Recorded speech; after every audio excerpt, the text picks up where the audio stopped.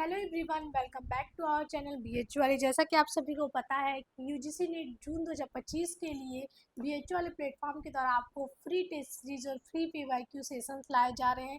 यानी कि जितने भी फर्स्ट पेपर और सेकंड पेपर के पीवाईक्यू सेशन है वो सारे आपको बीएचयू वाले प्लेटफॉर्म पे कराए जाएंगे, वो भी बिल्कुल फ्री ऑफ कॉस्ट। तो अगर अभी तक आपने चैनल को सब्सक्राइब नहीं किया है, बीएचयू वाले ऐप को डाउनलोड नहीं किया है, तो बिल्कुल डाउनलोड कर लीजिए। वहाँ आपको बिल्कुल free of cost first paper and second paper में हिस्ट्री के टेस्ट सीरीज अवेलेबल कराए जाएंगे, जिसमें chapter wise test, unit wise test, full test सारे आपको मिलेंगे।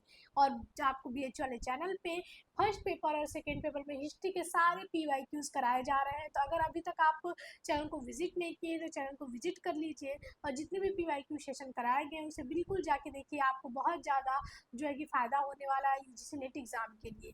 अभी तक जो है कि दिसंबर 2024, जून जो है कि अगस्त में जो पेपर हुआ था जून का कैंसिल करने के बाद, उसका पेपर सारा फर्स्ट पेपर सेकंड पेपर सारे शिफ्ट के पेपर करा दिए गए हैं। और आज हम पेपर करेंगे जून, ठीक है, जून जो कि 18 जून में ऑफलाइन एग्जाम हुआ था। ठीक है, ये पेपर ऑफलाइन हुआ था। ठीक है, याद रखिएगा, सीबीटी मोड नहीं था, ऑफलाइन मोड में हुआ था 18 जून को। और इस पेपर को क्या कर दिया गया था, कैंसिल कर दिया गया था। फिर से परीक्षा हुई थी आपकी अगस्त में।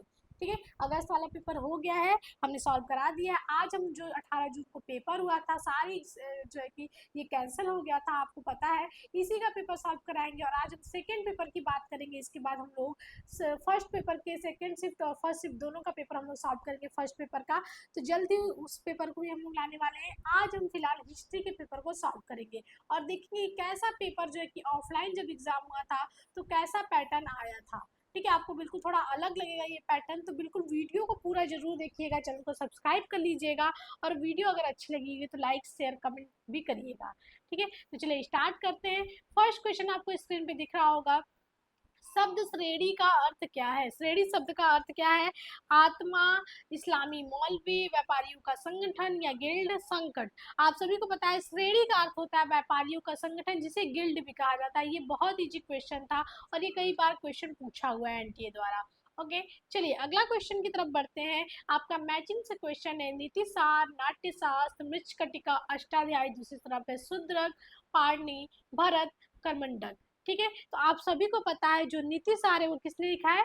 कमंडक ने। ठीक है, नाट्य शास्त्र आप सबको भारत ने लिखा है, मृच्छकटिका आपको पता है शूद्रक ने लिखा है, और अष्टाध्यायी आपका पाणिनि ने लिखा है। बहुत इजी क्वेश्चन था और लगभग सभी बच्चे जो है कि इसको कर लेंगे। ठीक है, तो यहाँ पे एक का फूर यहाँ पहले ही सही हो जा रहा है तो सेकंड होगा, यहाँ ऑप्शन से आप कर लेते हैं। ठीक है, अगला क्वेश्चन मगध से है कि सम्राट बिंबिसार की पहली राजधानी का नाम बताइए। आप सभी को पता है क्या थी? गिरिवज कह ले, राजगृह कह ले, सब इसी का नाम है। ये आपकी पहली राजधानी थी बिंबिसार की। ओके, अगले क्वेश्चन की तरफ बढ़ते हैं। वीडी सावरकर निम्नलिखित में से किससे संबंधित है? वीर दामोदर सावरकर किससे संबंधित है? तो आप सभी को पता है कि वो मित्र बेला से भी संबंधित है। भारतीय स्वतंत्रता संघर्ष 1857 से भी संबंध है। इन्होंने 1857 को पहला स्वतंत्रता संग्राम कहा था, आप सभी को पता है, बहुत फेमस है इनकी बुक भी। ठीक है, इंडिया हाउस से भी ये संबंधित है और फर्ग्यूसन कॉलेज से भी ये संबंधित है। मद्रास नेटिव एसोसिएशन से ये संबंधित नहीं थे। मद्रास नेटिव एसोसिएशन की स्थापना आप सभी को पता है 1852 एडी में कौन किया था? तो इसको किया था गजुला लक्ष्मी नराशु चेट्टी ने। ठीक है, गजुला लक्ष्मी नराशु चेट्टी ने किया है। हमेशा ये पूछा जाता है, अभी फाउंडर का नाम तो नहीं पूछा लेकिन इसका डेट ईयर हमेशा पूछता है, तो याद रखिएगा। और ये साउथ में हुआ था, कहाँ पे? चेन्नई में। ठीक है, इसकी स्थापना कहाँ हुई थी? चेन्नई में। ठीक है, इसका जो सही ऑप्शन है ABCD, यानी कि सेकेंड इसका सही आंसर है। ठीक है, चलिए अगले क्वेश्चन की तरफ बढ़ते हैं। ये आपका अगस्त और दिसंबर में भी पूछा पीवाईक्यू क्वेश्चन है, तो ये आपका पीवाईक्यू रह चुका है। तो आप बिल्कुल EH कार की जो बुक है व्हाट इज हिस्ट्री, बिल्कुल इसके चैप्टर्स को याद कर लीजिए, हो सके तो आप पेज नंबर भी याद कर लीजिए, क्योंकि बार बार क्वेश्चन पूछा जा रहा है और बहुत अच्छी बुक भी है ये हिस्टोग्राफी के लिए। तो जो भी बच्चे पढ़ना चाहते हैं बिल्कुल पढ़ सकते हैं। इसमें बहुत अच्छे तरीके से आपको हिस्ट्री समझ में आ जाएगी कि हिस्ट्री कैसे लिखी जाती है, किस विचारधारा से लिखी जाती है, सारी चीजें। ठीक है, 185 पेज की ये बुक है। और यहाँ का अगर हम देखें कि कौन कौन से इसके जो है कि आपके चैप्टर्स हैं, तो पहला है the historian and his facts, ये फर्स्ट चैप्टर है, आप सभी को पता है। दूसरा चैप्टर का नाम है सोसाइटी एंड द इंडिविजुअल। ठीक है, यहाँ पे पीपुल की जगह क्या होगा? इंडिविजुअल होगा। ठीक है, याद रखिएगा, इंडिविजुअल। वेट, इसको इरेज कर देती हूँ मैं। ये चैप्टर्स एकदम याद कर लीजिएगा। यहाँ पे पीपल्स ना होके क्या होगा आपका, इंडिविजुअल। ठीक है, तो ये आपका नहीं होगा। दूसरा आपका जो चैप्टर है हिस्ट्री साइंस एंड मोरालिटी है। ठीक है, तो यहाँ पे ये भी गलत है। यहाँ पे लिटरेचर की जगह क्या होगा, लिटरेचर की जगह यहाँ पे साइंस होगा, SCIENC। Okay, science. ओके, यहाँ पे कॉजेशन हिस्ट्री सही है बिल्कुल। और पांचवा जो चैप्टर है आपका, यहाँ पे पांचवा चैप्टर नहीं दिया, हम आपको बता देते हैं। पांचवा चैप्टर का नाम है आपका history as a progress. 6 chapters हैं कुल, history as a progress. Okay, ये पांचवा है और ये आपका छठा चैप्टर है। यहाँ पे फर्स्ट हो गया, ये आपका सेकंड चैप्टर हो गया, ये थर्ड हो गया, ये फोर्थ हो गया, और ये आपका फिफ्थ और ये सिक्स। तो 6 चैप्टर को याद कर लीजिएगा। 185 पेज की ये एकदम बुक है, बहुत अच्छी बुक है। येचकार ने बहुत अच्छी तरीके से समझाने की कोशिश की है सबके, सारे हिस्टोरियंस के मत को लेके। तो जो भी बच्चे पढ़ना चाहें बिल्कुल अच्छे तरीके से पढ़ लेते हैं। मास्टर्स में ये एक कोर्स भी है, आपको पढ़ना होता है येचकार की बुक को। चलिए अगले क्वेश्चन की तरफ बढ़ते हैं। हॉल्ट मैकेंजी निम्नलिखित में से किससे संबंधित है? आप सभी को पता है हॉल्ट मैकेंजी आपके भूमि राजस्व बंदोबस्त से संबंधित है। सभी लोग जानते हैं हॉल्ट मैकेंजी के बारे में। आपको पता होगा औपनिवेशिक काल में 3 प्रकार की भूमि बंदोबस्त थी। आपकी जमींदारी हो जाएगी, ठीक है, जमींदारी, रैयतवाड़ी, रैयत जो किसानों के साथ थी, और आपकी महालवाड़ी। ओके, महालवाड़ी, तो ये महालवाड़ी से संबंधित है। महाल तो जो पूरे गांव से लिए जाते थे, तो महालवाड़ी व्यवस्था से संबंधित थे हॉल्ट मैकेंजी। ओके, भू राजस्व व्यवस्था। अगला है आपका, निम्नलिखित में से कौन सी भारतीय सामंतवाद की प्रमुख विशेषताओं में से एक नहीं है? ठीक है, पंसोपानिक भूमि मध्यवर्तियों का उदय, बलात्श्रम का प्रचलन, कृषि भूमि अधिकारों की कटौती, अधिशेष को नहीं लेना। ये ऐसा हो ही नहीं सकता है कि वो लोग जो अपना टैक्स है, सरप्लस है, वो ना ले। तो ये बिल्कुल गलत है, वो लोग सरप्लस तो लेते ही थे, ये सारे सही है, लेकिन अधिशेष को नहीं लेना सामंतवाद की विशेषताओं में से नहीं है। ठीक है, इजी क्वेश्चन था, बहुत इजी पेपर आया था। कुछ क्वेश्चन बिल्कुल आउट ऑफ सिलेबस थे, लेकिन ये जो 18 जून को पेपर हुआ था बहुत अच्छा हुआ था, लेकिन ये कैंसिल हो गया था पेपर लीक होने की वजह से, और बहुत ज़्यादा ड्रामा भी हुआ था सेंटर पे भी। चलिए अगला क्वेश्चन देखते हैं। मैचिंग से क्वेश्चन है कि जैसे कि एक तरह से सिख गुरु है, उन्होंने क्या किया उससे रिलेटेड है। गुरु अंगद, गुरु रामदास, गुरु अर्जुन, गुरु गोविंद सिंह। गुरुमुखी, अमृतसर मंदिर, आदि ग्रंथ खालसा। आप सभी को पता है जो गुरुमुखी लिपि की शुरुआत की थी वो है गुरु अंगद। ठीक है, गुरु रामदास ने अमृतसर की नींव रखी थी। हरमिंदर साहब की कह ले, गुरु अर्जुन देव ने आदि ग्रंथ का संकलन किया था, जिसे बाद में देखेंगे फिर से गुरु गोविंद सिंह भी करेंगे गुरु ग्रंथ साहिब के नाम से। ठीक है, गुरु गोविंद सिंह ने खालसा की स्थापना की थी। तो बिल्कुल इजी है, 1 2 3 4 इसकी जो है कि आंसर है। अगला है कि बारूद का आविष्कार कहाँ हुआ था? तो कहाँ हुआ था? बारूद का आविष्कार आपका चीन में हुआ था, याद रखिएगा। और इसका पहला साक्ष्य हमें चीन के हान वंश में देखने को मिलता है। हान वंश में कब कब इसका पहला संबंध 142 एडी में फर्स्ट इसका हमें संदर्भ देखने को मिलता है। ओके, चलिए अगला क्वेश्चन क्रोनोलॉजी से है। ठीक है, क्वेश्चन है आपका, मुस्लिम लीग द्वारा मुक्ति दिवस मनाया जाना, यानी कि डिलीवरेंस डे कब मुस्लिम लीग ने सेलिब्रेट किया था? अगला है आपका, मुस्लिम लीग द्वारा पाकिस्तान प्रस्ताव को अंगीकृत करना, रविन्द्रनाथ टैगोर की मृत्यु, सुभाष चंद्र बोस द्वारा स्वतंत्र भारत की अंतरिम सरकार के गठन की घोषणा, बॉम्बे में नौसेना के सदस्यों के द्वारा विद्रोह। ये सारे क्वेश्चन आपके वन लाइनर और मोस्ट रिपीटेड क्वेश्चन है, बार बार पूछे जाने वाला क्वेश्चन है। तो चलिए देखते हैं। अगर डिलीवरेंस डे की बात करें तो इसको एकदम याद कर लीजिए, ये हुआ था 22 दिसंबर आपका 1939 को। ठीक है, उसके बाद अगर रेजुलेशन की बात करें कि कब पाकिस्तान रेजुलेशन आया था, तो वो 23 मार्च 1940 होगा। 23 मार्च 1940। एक मिनट हम चेक कर ले, आपको जो मैं दिख रही हूँ वो शो तो हो रहा है? हाँ हाँ ठीक है, ओके, शो हो रहा है। ओके, रविन्द्रनाथ टैगोर की मृत्यु की बात करेंगे तो उनकी मृत्यु हुई थी 7 अगस्त 1941 को। वही सुभाष चंद्र बोस के द्वारा स्वतंत्र भारत की अंतरिम सरकार की गठन की घोषणा की बात करें तो वो हुई थी 21 अक्टूबर आपकी 1943 में। ठीक है, और अगर नौसेना विद्रोह की बात करेंगे तो ये आपका 18 फरवरी 1946 को नौसेना विद्रोह हुआ था। तो इसका जो सही आंसर होगा आप देख सकते हैं, बिल्कुल एज इट इज है, यानी कि ABCD इसका आंसर होगा। ठीक है, लाइन से पूछा हुआ क्वेश्चन है। चलिए अगला क्वेश्चन है, कौन सी प्रशासनिक इकाइयां थी, इनमें से कौन कौन सी जो है कि प्रशासनिक इकाइयां थी, ये क्वेश्चन पूछा जा रहा है।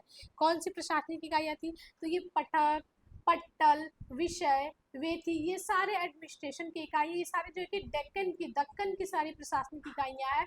अदय नहीं था, अदय मतलब आय होता है, ठीक है, ये नहीं था, ये आय होता है, ये प्रशासनिक इकाई में सम्मिलित नहीं था। तो इसका आंसर होगा ABCD। ओके, चलिए, ये क्वेश्चन आप देखेंगे जितनी बार हमने अपना PYQ सेशन कराया अभी तक, सब में ये क्वेश्चन पूछा हुआ है। यानी कि 16 संस्कार को एकदम याद कर जाइए, 16 संस्कार को आपको याद करना है एकदम, क्योंकि ये बार बार पूछा जा रहा है। तो इसके क्रम को कब होता है, किसमें क्या होता है, एकदम रट जाइए। अगर आपने पिछले के PYQ सेशन देखे होंगे तो आपने देखा होगा बहुत ज़्यादा ये क्वेश्चन पूछा हुआ है। हमने 2 PYQ सेशन में आपको 16 संस्कारों के क्रम भी बता दिए हैं, आप वहाँ जाकर वो वीडियो देख सकते हैं। ओके, चूड़ा कब की बात करें तो ये आपके सिर के बाल जब मुड़ते हैं बच्चे के तब का है। पुंसवन की बात करें तो माता के गर्भ में बालक की रक्षा के लिए, उसकी शक्ति के लिए, इसके लिए किया जाता है। उपनयन जब बच्चा हो जाता है, वयस्क होता है, तब ये किया जाता है। और जात कर्म करेंगे तो ये बालक जन्म पर कर्मकांड और धर्म विद्या है, वो जात कर्म कराई जाती है। तो इसका सही आंसर होगा सेकेंड। ठीक है, चलिए अगला फिर से क्रोनोलॉजी वाला क्वेश्चन है आपका। कैबिनेट मिशन द्वारा केंद्र में अंतरिम सरकार के गठन की योजना प्रस्तुत। मुस्लिम लीग द्वारा प्रत्यक्ष कार्रवाई दिवस, एक जगह डिलीवरेंस डे था तो एक जगह डायरेक्ट एक्शन डे पूछ दिया। ये बार बार पूछा हुआ क्वेश्चन है। ये जो 1946 के जो भी है, थोड़े थोड़े से बहुत कम कम उनमें गैप है, ये बहुत ज़्यादा पूछा जाता है। तो जो भी बच्चे अभी तक नहीं याद किए, अभी भी याद कर लीजिए, ये UGC नेट का मोस्ट रिपीटेड क्वेश्चन है। ओके, यहाँ पे संविधान सभा के सत्रों की शुरुआत, अंतिम सरकार की अंतिम बैठक, पाकिस्तान संविधान सभा के अध्यक्ष के रूप में जिन्ना का निर्वाचन। ओके, तो यहाँ पे अगर हम लोग पहला देखें कैबिनेट मिशन का, तो ये जो हुआ तो वो हुआ था आपका 16 मई 1946 को। कब हुआ था? 16 मई 1946 को। ओके, प्रत्यक्ष कार्यवाही दिवस की बात करेंगे तो ये आपका 16 अगस्त 1946 को हुआ था। संविधान सभा की पहली बैठक की बात करेंगे तो 9 दिसंबर 1946 को हुआ था। अंतरिम सरकार की बैठक की बात करेंगे, अंतिम कब बैठक हुई थी तो 15 अगस्त 1947 को हुई थी। और जिन्ना का बोलेंगे तो जिन्ना कब चुने गए थे तो 11 अगस्त 1947 को चुने गए थे। ठीक है, तो यानी कि इसका ऑप्शन होगा ABCD, जो कि इसमें नहीं है, और ये क्वेश्चन ड्रॉप कर दिया गया था। ठीक है, गलत क्वेश्चन था, इसका सही आंसर ABCD होगा। ओके, चलिए अगला है, निम्नलिखित में से किसने कहा कि उत्तर आधुनिक इतिहास शाब्दिक विरोधाभास है, क्योंकि उत्तर आधुनिकतावाद की एक सापेक्षिकता के पक्षधर है जो अतीत के ज्ञान के सभी विचारों से विषम है।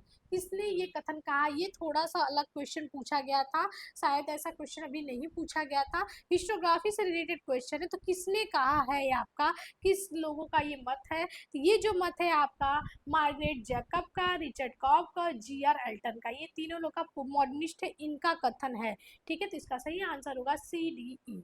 ओके, चलिए ये थोड़ा सा आपका अलग क्वेश्चन पूछ दिया गया था कि कौन से भरतनाट्य शास्त्र में उल्लेखित नृत्य के बारे में से, ये जो भरत ने नाट्य शास्त्र लिखा है उससे रिलेटेड थोड़ा सा डीप में क्वेश्चन पूछ दिया था। तो इसे ध्यान में रखिएगा एक बार कि कौन कौन सी मुद्राओं के बारे में बोला है, कौन सा इसमें सही है। इसका जो सही आंसर होगा ABCD होगा। यहाँ पे 20 मुद्राओं का उल्लेख नहीं है, इसका आंसर होगा 4। ओके, चलिए अगला क्वेश्चन, आंध्र या सातवाहन शासकों को मत्स्य पुराण में दिए गए अनुसार कालक्रम में व्यवस्थित कीजिए। ठीक है, यहाँ पे जो है कि सातवाहन जो कि दक्कन में शासन करते थे उनको क्रोनोलॉजी से लगाना है।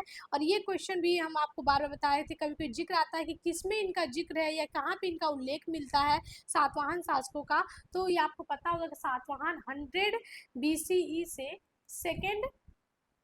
सेकेंड सेंचुरी तक ये लोग जो है कि रूल किए हैं। कहाँ पे? डेक्कन में, यानी कि साउथ में। ठीक, और यहाँ पे अगर हम लोग देखें तो सबसे पहले तो इसके जो फाउंडर है वो सिमुक आएंगे। कौन है?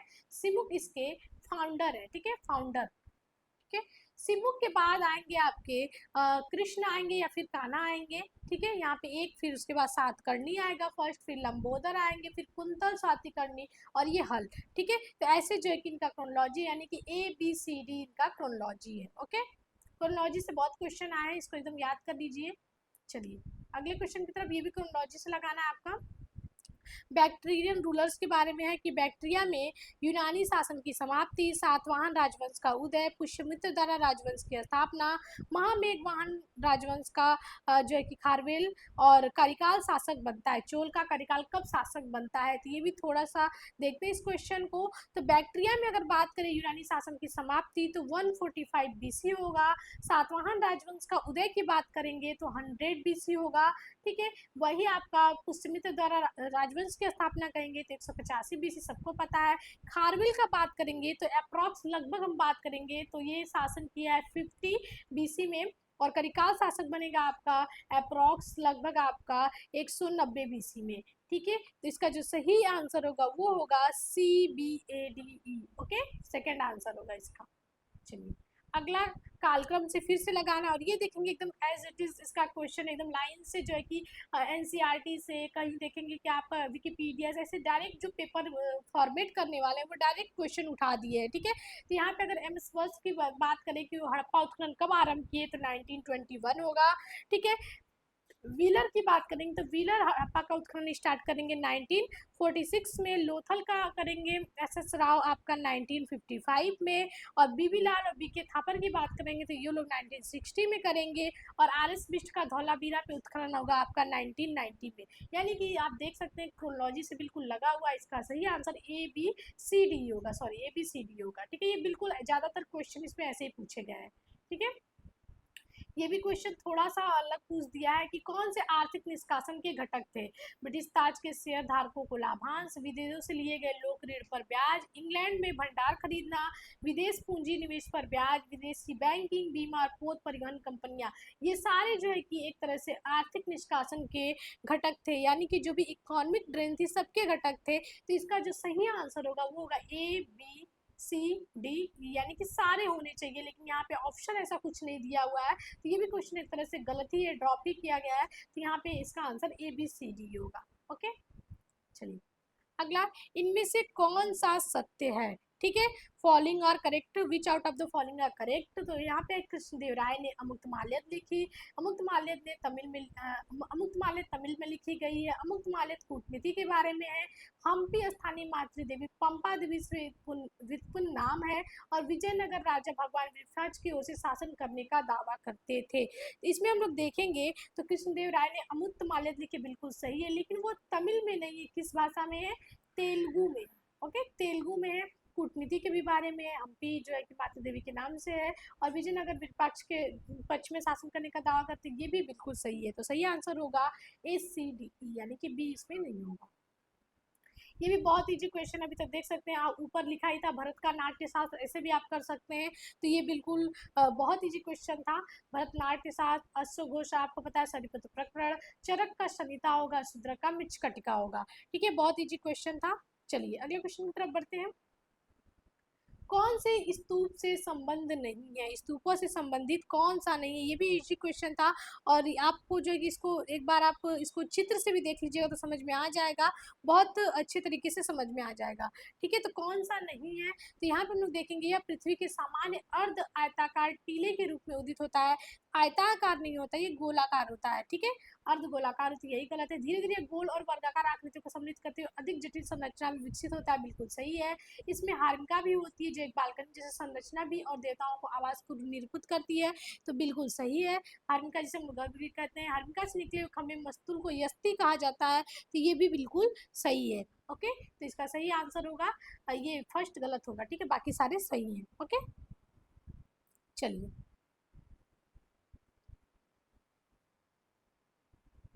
कालक्रम से लगाना है, फिर से क्रोनोलॉजी वाले क्वेश्चन आ गए हैं। पुर्तगालियों द्वारा गोवा पे आधिपत्य, बहमनी साम्राज्य की स्थापना, बाबर द्वारा मुगल साम्राज्य की स्थापना, दिल्ली सल्तनत की स्थापना, गोलकुंडा सल्तनत का उदय।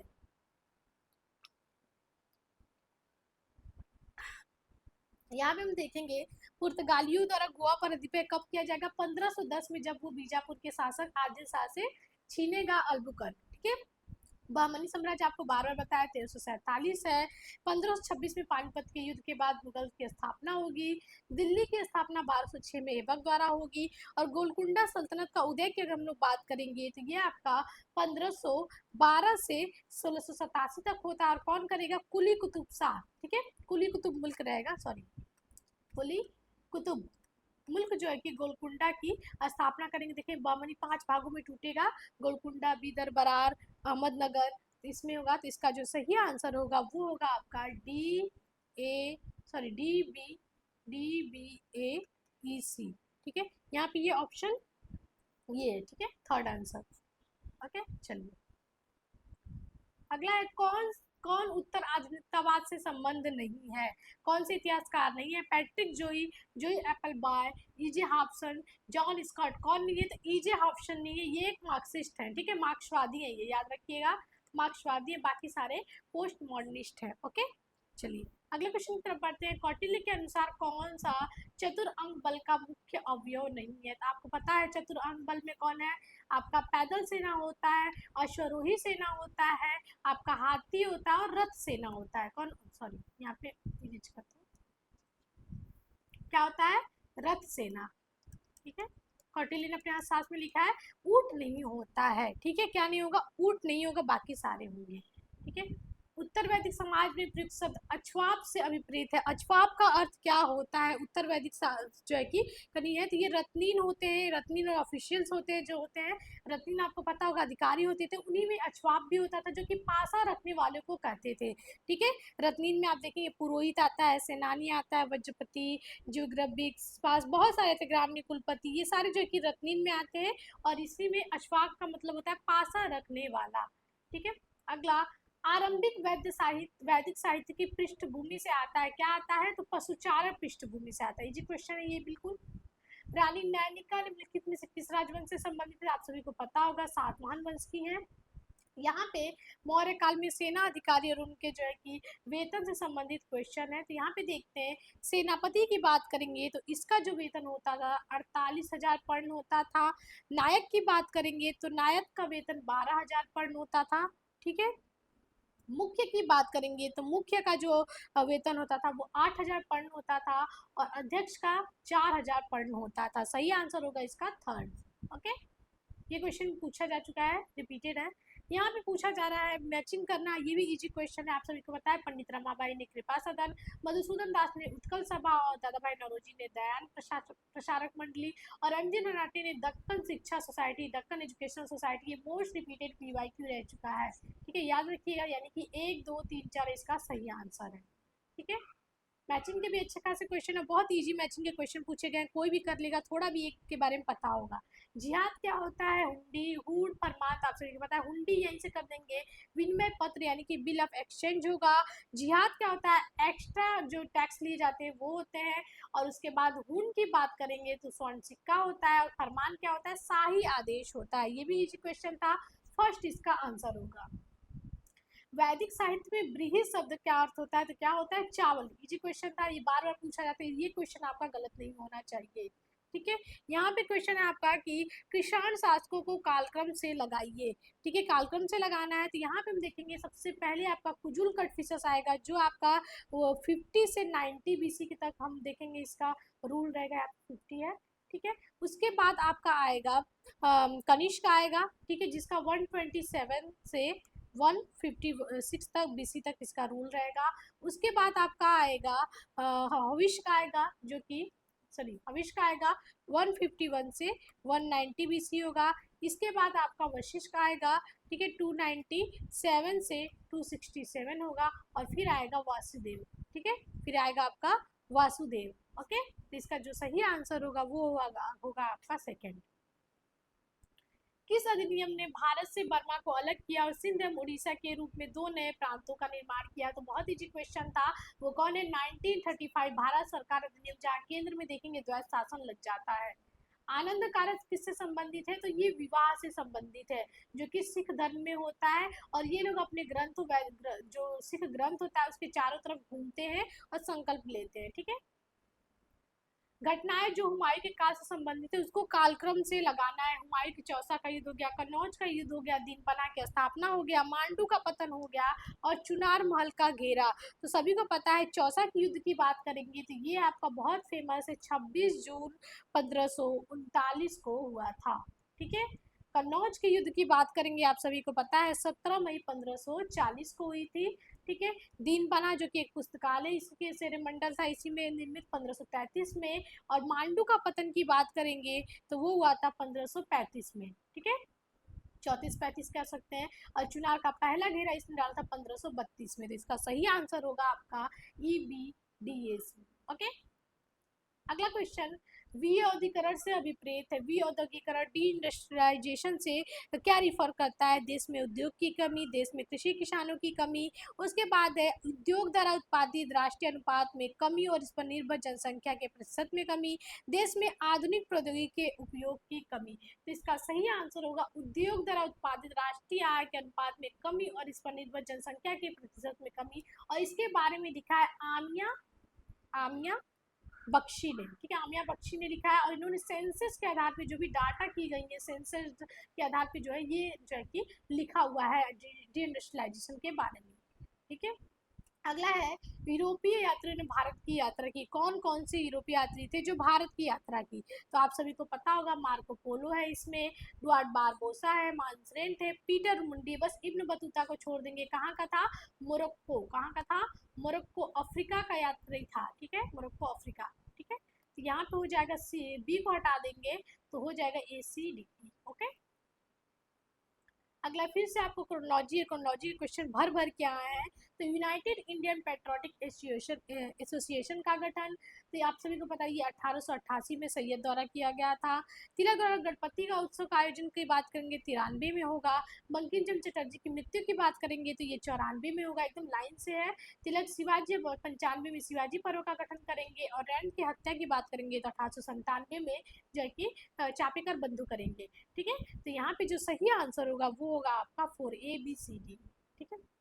सबसे इजी तुम हलवा क्वेश्चन की, कौन सा महाजनपद नहीं है? 16 महाजनपद के बारे में आप जानते हैं, कुरु, पंचाल, अंग, चंपा, वंग भी होगा लेकिन चेर नहीं होगा। चेर क्या है? ये तो राज्य है ना, एक वंश है ना, चोल, चेर, पांड्य संगम कालीन वंश है। ठीक है। तो ये नहीं होगा। टीका निरुक्त किसके द्वारा संकलित की गई है? टीका जो है कि किसके द्वारा कंपाइल की गई है? तो कौन है? यास्क। और ये जो है कि इटिमोलॉजी के ऊपर पहला ग्रंथ है, सबसे प्राचीन ग्रंथ है। ओके। किस स्थान पर मुख्य शिलालेख उपलब्ध है? तो आप सभी को पता है मास्की में भी है, मेरठ सॉरी हाँ मास्की में भी है, मेरठ में भी है, सारनाथ है, सोपारा में सॉरी उपलब्ध है पूछा जा रहा है। ओके सॉरी, गलत है गलत है गलत है, सॉरी सॉरी सॉरी सॉरी। कहाँ पे उपलब्ध है ये पूछा जा रहा है, तो कहाँ पे है? सोपारा में उपलब्ध, जो कि कहाँ पे है? महाराष्ट्र में है। ठीक है। मुख्य शिलालेखों के बारे में आपको पता है कहाँ कहाँ उपलब्ध है, तो मास्की यहाँ पे हम देखेंगे जो सोपारा है वो महाराष्ट्र में, इसके बारे में बहुत ज्यादा पूछा जाता है। दूसरा अगर बात करेंगे मुख्य शिलालेख जो है मेजर रॉक एडिक्ट्स कांधार में, युरगेडी यानी कि आंध्र प्रदेश में, गिरनार में, धौली में, जौगढ़ में, खालसी में, सोपारा में, सबाजगढ़ी, मानसेरा, सन्नती, इन जगह जो है कि मुख्य शिलालेख आपके उपलब्ध है। कौन सी आत्मकथाएं हैं? अगला क्वेश्चन है। आप सभी को पता है बाबर नामा जो है कि बाबर द्वारा लिखी अपनी आत्मकथा है। हुमायूं नामा गुलबदन बेगम ने लिखा है। ये जो है कि आत्मकथा जो खुद व्यक्ति लिखता है वो होता है, तो गुलबदन बेगम होगा। ठीक है। उसके बाद अकबरनामा अबुल फजल होगा, अबुल फजल। ठीक है। जहांगीर नामा जहांगीर ने लिखा, बाकी दो लोग ने भी लिखा है। ठीक है। और ये आलमगीर नामा कौन लिखा है? तो काजिम ने लिखा है, काजिम सिराजी। ठीक है। तो यहाँ पे ए होगा और डी होगा, AD आंसर होगा, बाकी सब गलत है। अगला है यात्रियों को उनको कालक्रम से हिसाब से लगाना है, यानी कि कब कौन से आए, इब्न बतूता, मार्को पोलो, मॉन्सरेट, फ्रांसीसी बर्नियर, उनके बारे में जो है कि लगाना है कौन कब आया था। तो इब्न बतूता की बात करेंगे तो ये MBT मोहम्मद बिन तुगलक के टाइम पीरियड में आएंगे। ठीक है। मार्को पोलो आपका देखेंगे 1254 के करीब, 1254 से इनका टाइम पीरियड देखेंगे 1324 है, और ये कुलशेखर पांड्य शासक के दरबार में आएंगे। मॉन्सरेंट आपका देखेंगे जहांगीर और अकबर के बीच में आएंगे 1536 से इनका 1604 के टाइम पीरियड है। अलबरूनी तो सबसे लास्ट में आएंगे 973 से 1048 इनका है टाइम पीरियड, 45-48। और बर्नियर देखेंगे जहांगीर शाहजहां के टाइम पीरियड में है, तो 1620 से 88 का टाइम पीरियड, यानी कि इसका जो सही ऑप्शन होगा 4 होगा। ठीक है। तो ये ऐसे भी आप बिना टाइम लाइन के भी कर सकते हैं इसको। अवध के अधिग्रहण के खिलाफ हुए व्यापक विद्रोह के बारे में निम्नलिखित में कौन सा सही नहीं है? राजा को कलकत्ता निर्वासित नहीं किया गया, बड़े पैमाने पर तलबदारों का निशस्त्रीकरण किया गया, उनके किले ढाए गए, दरबार को भंग करना जिसमें सेना में सैनिक बेरोजगार हो गए, विलासितापूर्ण वस्तुएं उत्पादित करने वाले दस्तकारों को दिए जाने वाले संरक्षण की समाप्ति। यहाँ पे देखेंगे ये जो है गलत है, कलकत्ता भेज दिया गया था, कलकत्ता में उससे उन्हें कहाँ भेजा गया था? मोटिया बुर्ज, ठीक है, मोटिया बुर्ज गार्डन रिच जो है कि भेज दिया गया था, मोटिया बुर्ज होगा, ठीक है, वहां भेजा गया था गार्डन रिच में अवध के शासक को, ठीक है, उनपे कुशासन का आरोप लगा के, बाकी सारे सही हैं। ओके, अगला है, इनको मैचिंग करना है, कागज, निशान, ऋषि, कशफुल, मजूर। ये बहुत इजी क्वेश्चन, एकदम ज्यादा क्वेश्चन तो एकदम ABCD ही, आप सभी को पता है काजल एक जनजाति थी। निशान जो है किसी राजकुमार द्वारा जारी आदेश होता था। ऋषि सिलसिला जो कि कश्मीर में है, और इसके जो मुख्य संत है वो कौन है? शेख नूरुद्दीन, ठीक है, शेख नूरुद्दीन है, ठीक है। और यहाँ पे कशफुल मजूद एक सूफी सिलसिला का ग्रंथ है, तो ABCD इसका आंसर होगा। अगला क्वेश्चन है कि कलिंग नरेश जो खारवेल थे किस वंश के थे? महा में अभी इनका जिक्र भी आया था, महामेघ वाहन वंश, वाहन वंश या फिर चेदी वंश, ठीक है, चेदी वंश। और इनकी एक बहुत फेमस अभिलेख है, कौन है? हाथी गुम्फा अभिलेख, हाथी गुम्फा अभिलेख, ठीक है। तो यहाँ पे पूछा जाए किस धर्म के अनुयायी थे, तो इसी अभिलेख से हमें पता चल जाता है कि वो जैन धर्म के अनुयायी थे, ठीक है, जैन धर्म के वो अनुयायी थे, ठीक है। अगला क्वेश्चन, दिल्ली सल्तनत के अंतर्गत एक रजत टिंका यानी कि चांदी का टंका कितने जीतल के बराबर है? एकदम हलवा क्वेश्चन, ये तो सारे बच्चों को याद होगा, बहुत बार PYQ सेशन में भी बताया गया है। तो क्या होगा? 48 जीतल, ठीक है। चांदी का सिक्का होता था, 48 जीते का होता था, ठीक है, इल्तुतमिश के समय। किसके समय? इल्तुतमिश। अगला, नेताजी सुभाष चंद्र बोस जो है कि नेताजी सुभाष फिल्म का निर्देशन किसने किया जो वल्लभ भाई पटेल द्वारा प्रोड्यूस की गई थी और सुभाष चंद्र बोस के जीवन पर आधारित थी? तो कौन था? छोटू भाई देसाई। फिल्म से रिलेटेड भी क्वेश्चन काफी पूछे जा रहे हैं, पिछले PYQ में भी हमने कराया था, तो याद रखिएगा, इंपॉर्टेंट है, बार बार पूछे जा रहे हैं। फिर से क्रोनोलॉजी के क्वेश्चन आ गए, चलिए देखते हैं। प्राचीन स्मारकों के संरक्षण के रूप में HH पोल की नियुक्ति, एपिग्राफिका इंडिया का प्रथम अंक, भारतीय संग्रहालय की स्थापना, जॉर्ज मार्शल द्वारा कंजर्वेटर मैनुअल का प्रकाशन, अलेक्जेंडर कनिंगम द्वारा अशोक के अभिलेखों का प्रकाशन, ठीक है। HH कोल की नियुक्ति की बात करेंगे तो ये हुई थी इनकी 1884 में, ठीक है। एपिग्राफिका का फर्स्ट जो आपका इशू हुआ था, फर्स्ट इशू हुआ था, तो वो हुआ था आपका 1887 में। और म्यूजियम की स्थापना हुई थी आपकी 1814 में, और मैनुअल का प्रकाशन आपका 1921 में, और कनिंगम ने किया था 1880 में। यानी कि इसका जो सही आंसर होगा वो होगा 4CEABD। ओके, चलिए कालक्रम से लगाना, ये तो बहुत इजी क्वेश्चन है, हलवा क्वेश्चन है, लगभग सब बच्चों को याद होगा, PG वाले बच्चों को तो एकदम रट गए होंगे, इतना हमने PYQ कराया है। फर्स्ट एंग्लो अफगान वॉर की बात करेंगे तो 1839 to 42, first Sikh war 1845 to 46, वही डलहौजी गवर्नर जनरल में आएगा 1848 में। बर्मी वार की बात करेंगे वो भी सेकेंड, तो 1852 हो जाएगा। और सांथाल विद्रोह 1855 टू 56। बहुत इजी क्वेश्चन था, ये भी एकदम क्रोनोलॉजी से लगा हुआ है, तो इसका आंसर होगा ABCDE। ओके, चलिए अगला क्वेश्चन है, ये भी आपका फिल्म से क्वेश्चन, और ये आपका PYQ रह चुका है, तो इसको याद कर लीजिएगा। ये जून 2023 में काफी क्वेश्चन पूछा गया है, तो अभी भी पूछा गया है, याद रखिएगा। फिल्म में निर्देशक है, यहाँ पे भक्त विदुर 1921 की बात करेंगे, इसके डायरेक्टर काजी भाई राठौड़ थे। धर्मात्मा 1935 विवी शांताराम, धरती माता नितिन बोस, और 1857 1946 में जो हुआ था मोहन सिन्हा है, ठीक है। तो ये आपका हो जाएगा ABCD, ठीक है। अगला क्वेश्चन, किसका लेखन बहराम जी एम मालाबारी द्वारा नहीं किया गया है? तो ये बहुत इजी क्वेश्चन है। यहाँ पे एक चीज बस आप देखेंगे, the wave of Indian life किसकी है? सिस्टर निवेदिता। किसकी है? सिस्टर निवेदिता, सबको पता है इसके बारे में, तो ये जो है कि नहीं है, बाकी सारे हैं। इजी क्वेश्चन था, एक आपको पता होगा, ये तो बहुत फेमस है, तो आपको याद होगा, ठीक है। चलिए अगला, फिर से कालक्रम से लगाना है। रास बिहारी बोस द्वारा पूर्वी एशिया में भारतीय स्वतंत्रता आंदोलन का नेतृत्व सुभाष चंद्र बोस ने कब सौंपा था? तो ये आपका सौंपा था 1943 में, कब सौंपा था? 1943 में। वही अगर बात करेंगे प्रीमियर तोजो द्वारा स्वतंत्र भारत की अंतरिम सरकार को अंडमान और निकोबार द्वीप समूह सौंपे जाने के जापान के निर्णय की घोषणा तो ये हुई थी आपकी मार्च 1942 में। ठीक है, मार्च 1942। कराची अधिवेशन मुस्लिम लीग का कब हुआ था? जब उसने कहा था कि बांटो और छोड़ो का नारा दिया था, तो ये भी हुआ था मार्च 1943 में। उसके बाद सुभाष चंद्र बोस की पहली टुकड़ी को रंगून से प्रोमो कब भेजा गया था? तो ये भी आपका हुआ था 1944 में। ठीक है, ठीक है, 1944 में हुआ था। और यहाँ पे हम देखेंगे आईएनए का जो है कि इंडियन धरती पे या भारतीय धरती पे जो है कि ध्वज लहराना था, ये हुआ था आपका मार्च 1944 में। तो इसका जो सही ऑप्शन होगा वो होगा सेकंड। ठीक है, ABCD ऐसे ही है क्रम से। उसके बाद कालक्रम से लगाना है। ईस्ट इंडिया कंपनी द्वारा कलकत्ता में उच्च न्यायालय की स्थापना, तो आप सभी को पता है 1773 के रेगुलेटिंग एक्ट के तहत किया गया था और 74 में बनके ये तैयार हुआ था। एशियाटिक सोसाइटी सबको पता है 1784। कार्नवालिस कोड अधिनियम की बात करेंगे 1793 हो जाएगा। और टाउन सुधार लॉर्ड वेलेंजली का मिनट 1803 में आए थे, जिसमें कलकत्ता के सुधार की बात की गई थी टाउन की, और बॉम्बे को नई राजधानी बनाई गई थी 1818 में। ठीक, तो इसका जो सही आंसर होगा इसका भी होगा ABCD। ज्यादातर आंसर इसके हैं, बस ऐसे ही कैसे भी मन उठा और जो है कि जो पेपर फॉर्मेट करने वाला था बस वो बना दिया कैसे भी क्वेश्चन पेपर आंख बंद करके। हाँ ठीक है, ABCD सबका आंसर ABCD होगा। ठीक है, किन शब्दों से अधिकारी अभिप्रेत है, मतलब कौन कौन से अधिकारी हैं? तो यहाँ पे कदमई जो कि एक टैक्स से रिलेटेड है, लैंड रेवेन्यू से रिलेटेड है अधिकारी। ठीक है, लैंड रेवेन्यू से रिलेटेड है। नाडु वगई का अर्थ होता है एक डिवीजन, लैंड डिवीजन क्षेत्र का उपभाग है ये।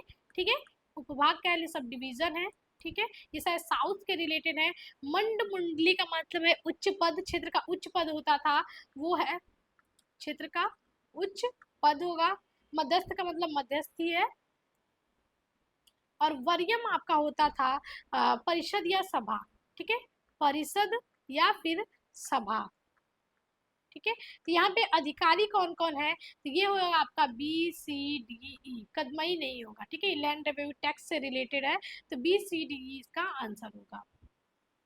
अगला क्वेश्चन, किसने कहा है कि मैं यहाँ इस शहर का आकार नहीं लिख रहा हूँ, मैंने वहां से जो देखा वो मुझे रोम जितना बड़ा प्रतीत हुआ, यहाँ इस शहर से अभिप्रेत है। यानी कि किस शहर के बारे में कहा गया कि रोम से भी बड़ा है? तो वो विजयनगर के बारे में कहा गया है, जिसकी स्थापना 1336 में हरियर बुक्का नामक दो भाइयों ने की थी। ठीक है, सल्तनत काल के टाइम पीरियड में, और किस वंश, किस संगम वंश की स्थापना की थी। ठीक है, अपने पिता के नाम पे इस वंश का नाम इन्होंने रखा था।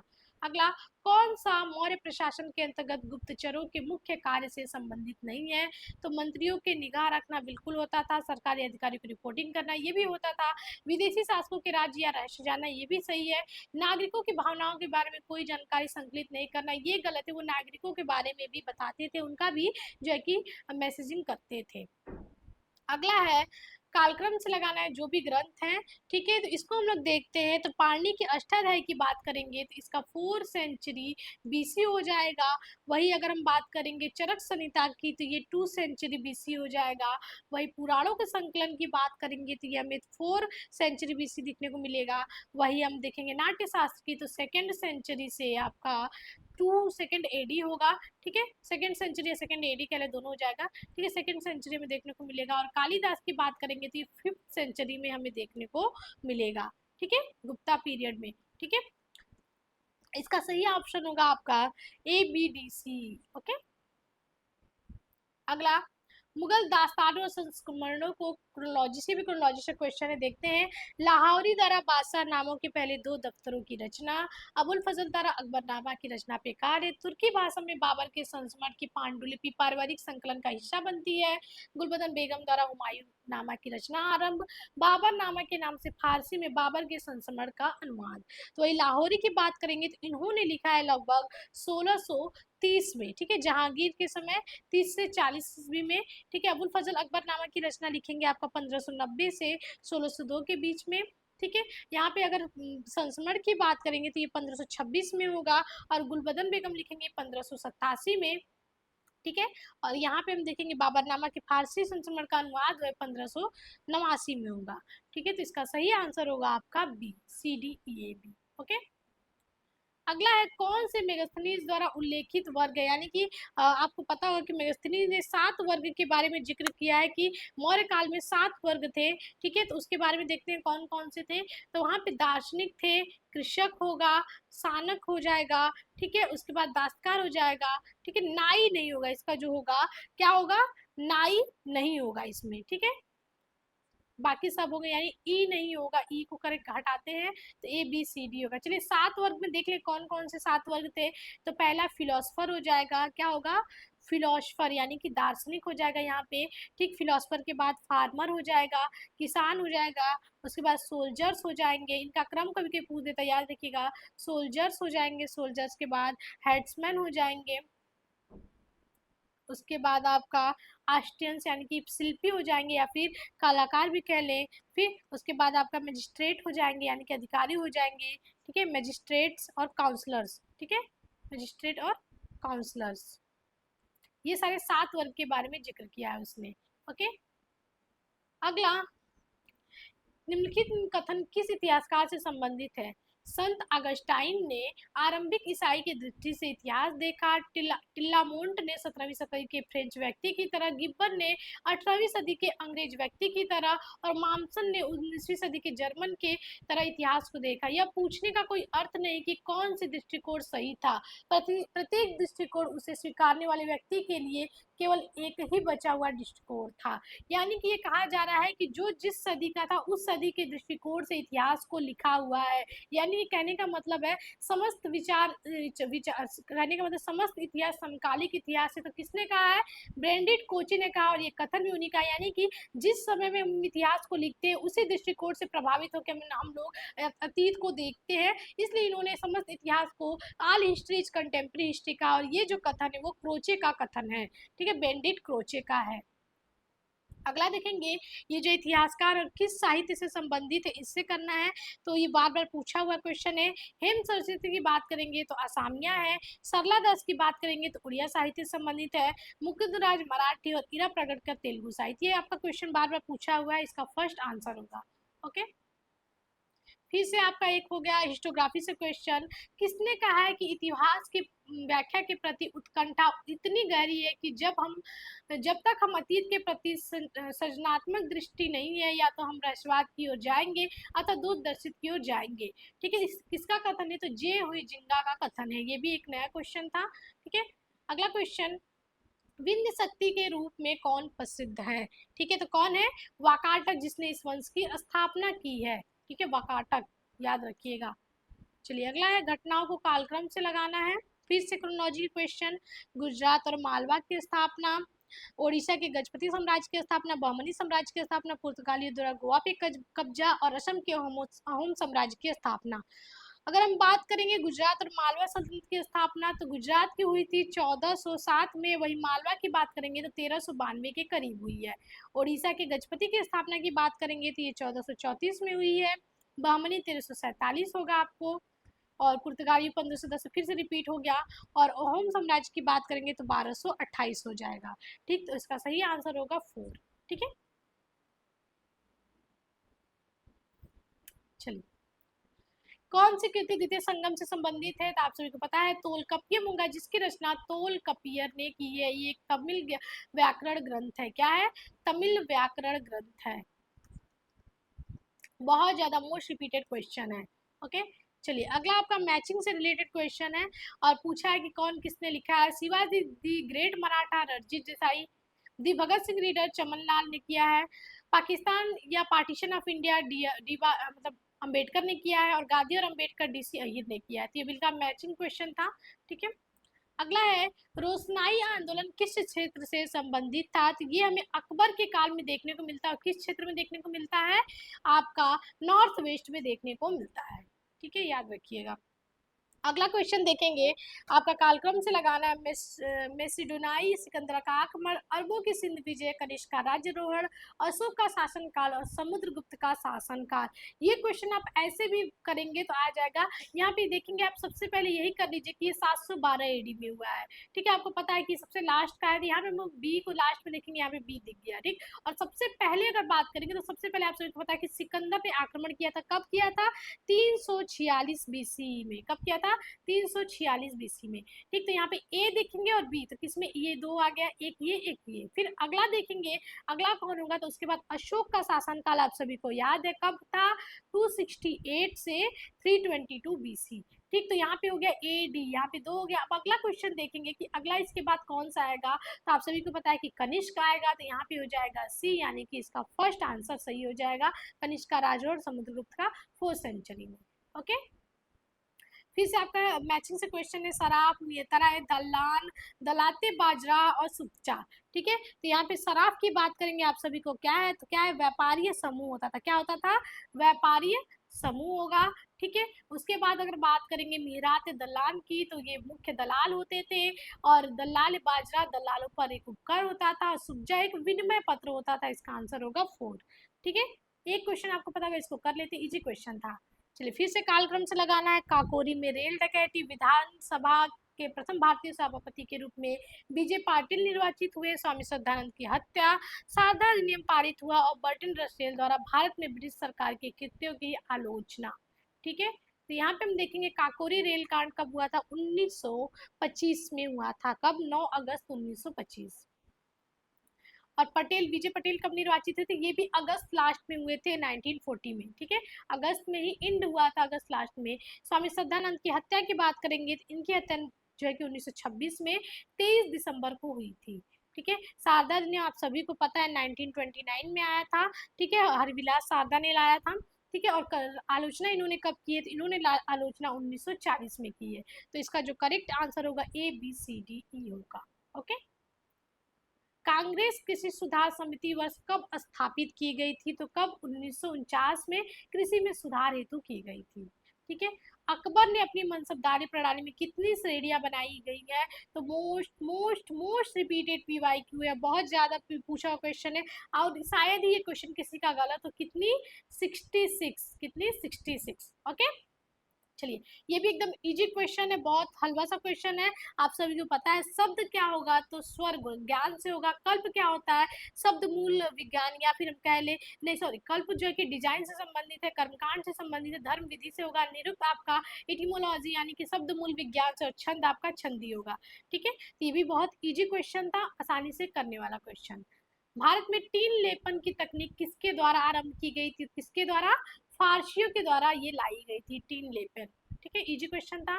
कौन गजपति शासक नहीं है, तो कपिलेंद्र है आपका, राय संधा नहीं है, पुरुषोत्तम है, प्रताप रुद्र है। ठीक है, राय संधा नहीं है। चलिए अगला क्वेश्चन है आपका, बुक है और उसके ऑथर को मिलाना है। श्याम प्रसाद मुखर्जी, लाला लाजपत राय, KM मुंशी, VD सावरकर। आप सभी को पता है कि श्याम प्रसाद मुखर्जी ने a phase of Indian struggle, India will to freedom, Lala Lajpat Rai. Akhand Hindustan आपका होगा आपका KM मुंशी का, सॉरी इसमें हाँ सही है। उसके बाद VD सावरकर की बात करेंगे, तो इन्होंने लिखा है the story of my transfer for life. तो ये हो जाएगा आपका 1 2 3 4। ओके, चलिए अगले क्वेश्चन की तरफ बढ़ते हैं। अगला है पुस्तपाल, भोगपति, कुमार मात्य, सचवा घाट। ठीक है, तो पुस्तपाल आप सभी को पता है क्या था, पुस्तपाल आपका दस्तावेज प्रभारी अधिकारी था, इसी से आपका हो जाएगा। ठीक है, अगला बात करेंगे भोगपति, तो भोगपति तहसील अधिकारी होता था। कुमार मात्य क्या होते थे, तो ये आपके होते थे सिविल सेवक। और इसके बाद सचवा घाट आपका गुप्त सेवा विभाग अधिकारी, यानी कि इसका आंसर होगा ए। इजी क्वेश्चन था।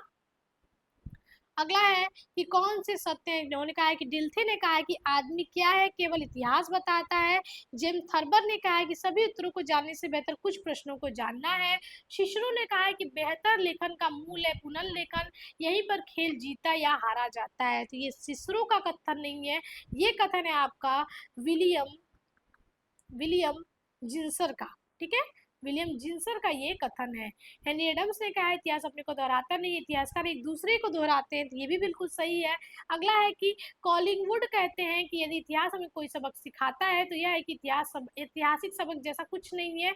ये कॉलिंगवुड ने नहीं कहा, ये कहा है लूसियन फेवरे ने, और ये आपका कई बार आपका PYQ रह चुका है, फेवरे वाला। ठीक है, इसको एकदम याद कर लीजिए, बहुत पूछा हुआ है। तो यहाँ पे अगर हम लोग C और E को हटा देंगे, तो ABDE इसका आंसर होगा। ठीक है, सॉरी ABD होगा, AB और D होगा, ये तो नहीं होगा।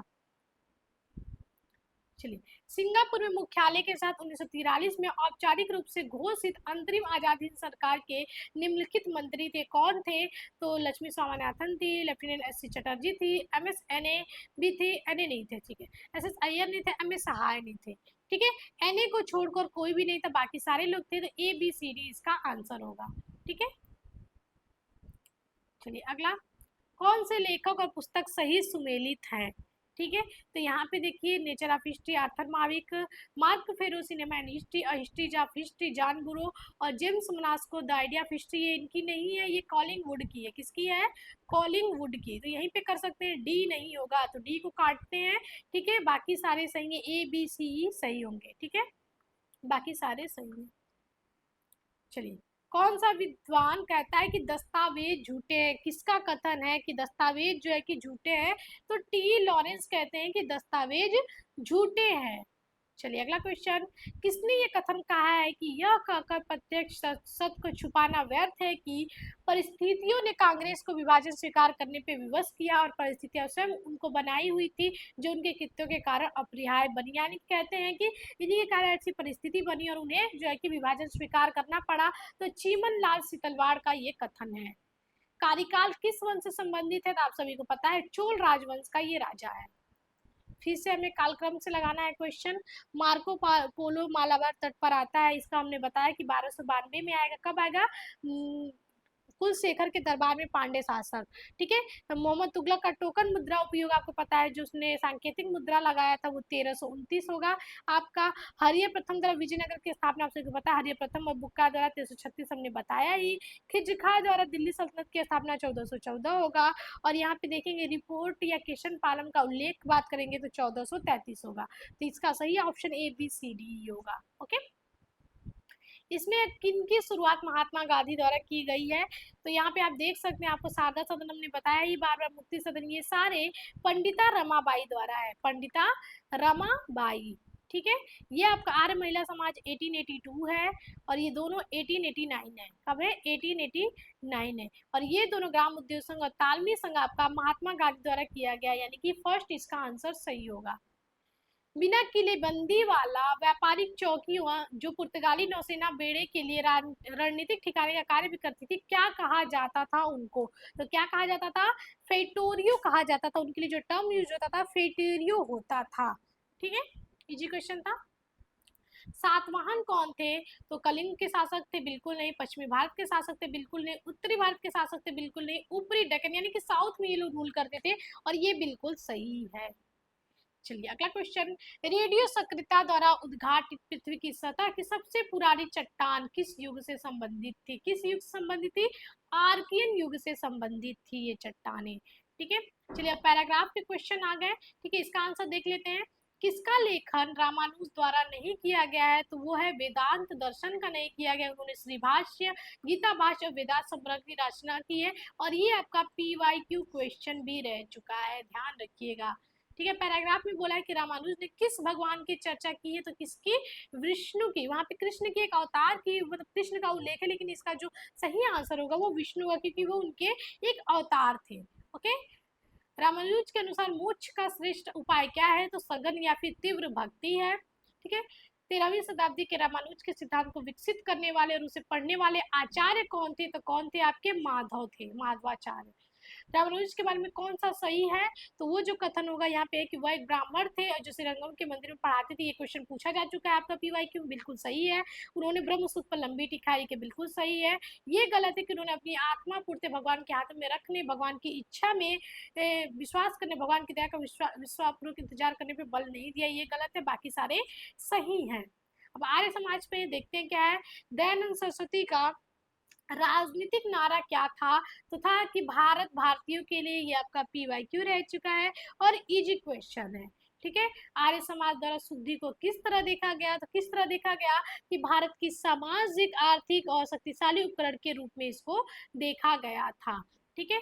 शुद्धि से क्या विपरीत है? तो शुद्धि से अपिरेत क्या है कि शुद्धि से अपिरेत है कि उन हिंदुओं लाख की संख्या में उनको पुनः जो है कि हिंदू धर्म में या ईसाई धर्म में जो बन गए हैं, उन्हें पुनः हिंदू धर्म स्वीकार करना।